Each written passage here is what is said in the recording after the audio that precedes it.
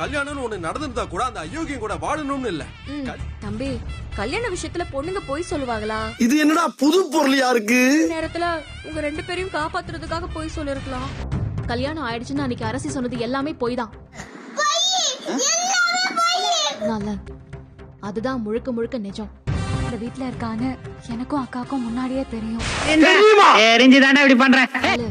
நானும் ராஜியும் அரசிய கோயில்ல மீட் பண்ணி பேசி கழிச்சிட்டு வந்து விட்டேன். என்கிட்ட கூட நீங்க 2 பேரும் எதுவும் சொல்லவே இல்லையே. இதெல்லாம் உங்ககிட்ட சொல்லிட்டு அரசி சொன்னதை நீங்க என் வீட்டுல சொல்லவே கிட்டயும் சொல்லக்கூடாதுன்னு அரசி எங்க கிட்ட சத்திய வாங்கிட்டாளே. இதெல்லாம் ஒரு காரணம். யார பத்தி, சதீஷ பத்தி நாங்க 3 பேரும் நிறைய பேசணும். சதீஷ கல்யாணம் பண்றதுதான் சரியான முடிவு அப்படின்னு சொன்னா. அப்படியா சொன்னா?